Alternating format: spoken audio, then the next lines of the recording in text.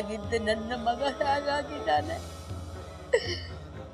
ನನ್ನ ಮಗನ ಈ ಸ್ಥಿತಿಗೆ ತಂದ ಆ ರಾಕ್ಷಸಿ ನಿಜವಾಗೂ ಮನುಷ್ಯಳೇ ಅಲ್ಲ.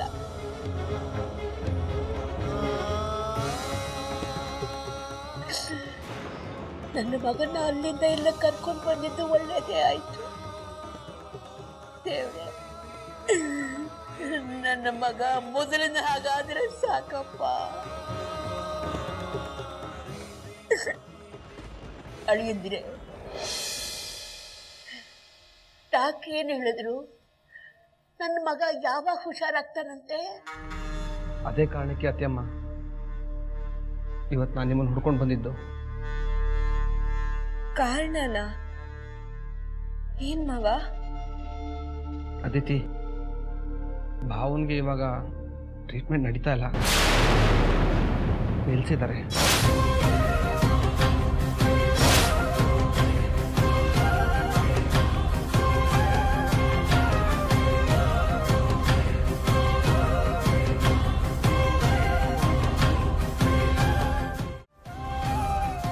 ಯಾಕೆ ಮಾವ, ಏನಾಯ್ತು? ಮತ್ತೆ ಏನಾದರೂ ಬೇಕಿತ್ತ? ಹೌದಮ್ಮ, ಆದರೆ ಅದು ವಸ್ತು ಅಲ್ಲ. ಮೀರಾ ಬಂದ್ರೇ ಟ್ರೀಟ್ಮೆಂಟ್ ಶುರು ಮಾಡೋದು ಅಂತ ಡಾಕ್ಟರ್ ಹೇಳಿದ್ರು.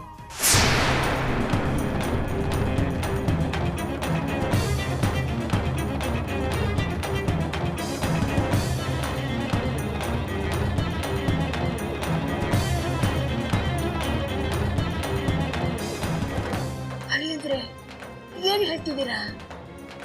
ಹೌದು ಅತ್ತೆಮ್ಮ,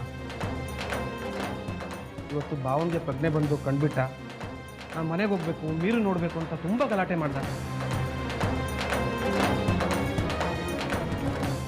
ಡೇ ಟೈಮ್ಗೆ ನಾನು ಎದುರುಗಡೆ ಬಂದೆ.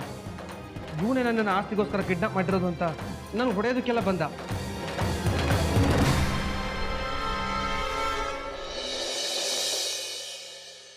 ಭಾವ ಆ ಥರ ಆಡಿದ್ದು ನೋಡಿ ಡಾಕ್ಟ್ರು ನನ್ನ ತಪ್ಪು ತಿಳ್ಕೊಂಬಿಟ್ರು. ಅವ್ರ ಹೆಂಡತಿ ಮೀರಾ ಬಂದ್ರೇ ನಾವು ಟ್ರೀಟ್ಮೆಂಟ್ ಶುರು ಮಾಡೋದು, ಇಲ್ಲಾಂದರೆ ನಾವು ಡಿಸ್ಚಾರ್ಜ್ ಮಾಡ್ತೀವಿ, ಅವ್ರನ್ನ ಕರ್ಕೊಂಡು ಹೋಗ್ಬಿಡಿ ಅಂದ್ಬಿಟ್ರು. ಅದಕ್ಕೆ ಅತ್ತೆಮ್ಮ ನಾನು ನಿಮ್ಮನ್ನು ಹುಡ್ಕೊಂಬಂದಿದ್ದೆ.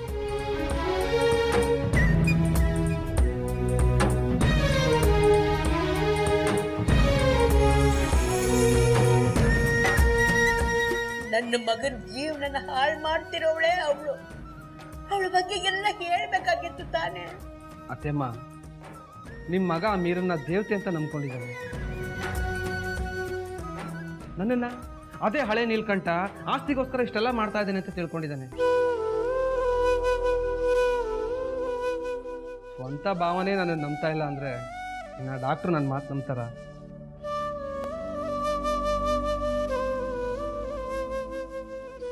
ಅದಕ್ಕೆ ಅತ್ತೆಮ್ಮ, ನೀವು ಬಂದು ಡಾಕ್ಟರ್ ಹತ್ರ ಮಾತಾಡಿ ಇರೋ ಪರಿಸ್ಥಿತಿ ಎಲ್ಲ ಹೇಳಿದ್ರೆ ಅವರು ಅದನ್ನು ಅರ್ಥ ಮಾಡ್ಕೊಂಡು ಟ್ರೀಟ್ಮೆಂಟ್ ಶುರು ಮಾಡ್ಬೋದು ಅಂತ ನಿಮ್ಮನ್ನೆಲ್ಲ ಹುಡ್ಕೊಂಡು ಬಂದೆ. ಮತ್ತೆ ಯಾಕೆ ಈ ವಿಷಯನ ನೀವು ಅಲ್ಲೇ ಹೇಳಲಿಲ್ಲ? ಹೇಗೆ ಹೇಳಲಿ ಅತ್ತೆಮ್ಮ, ಮಗಳಿಗಿಂತ ಹೆಚ್ಚು ಅಂತ ತಿಳ್ಕೊಂಡ್ರು ಅದಿತಿ ಬೀದಿಲಿ ಪೋಲಿ ಪುಂಡ್ರ ಕೆಲ್ಸಿಗೆ ಹಾಕೊಂಡಿದ್ದು. ತಾಯಿಗಿಂತ ಹೆಚ್ಚಾಗಿರೋ ನೀವು ಬಸ್ ಸ್ಟ್ಯಾಂಡಲ್ಲಿ ಮಲಗಿದ್ದು ನೋಡಿ ನನಗೇನು ಮಾತಾಡಬೇಕು ಅಂತಲೇ ಗೊತ್ತಾಗಲಿಲ್ಲ ಅತ್ತೆಮ್ಮ. ಅತ್ತೆಮ್ಮ, ಏನೇ ಆಗಲಿ ನಾಳೆ ಬೆಳಗ್ಗೆ ನಾವು ಡಾಕ್ಟ್ರಿಗೆ ಈ ವಿಷಯ ಎಲ್ಲ ಹೇಳಿ ಅವ್ರಿಗೆ ಅರ್ಥ ಮಾಡಿಸ್ಲಿಲ್ಲ ಅಂದರೆ ಭಾವನ್ ವಾಪಸ್ ಕರ್ಕೊಂಡು ಹೋಗ್ಬೇಕಾಗುತ್ತೆ.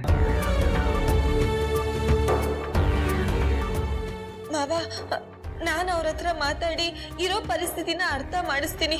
ಬನ್ನಿ ಮಾವ, ಹೋಗೋಣ. ಅವ್ರು ಇವಾಗಿಲ್ಲ ಅಮ್ಮ, ಬೆಳಗ್ಗೆ ಬರ್ತಾರೆ.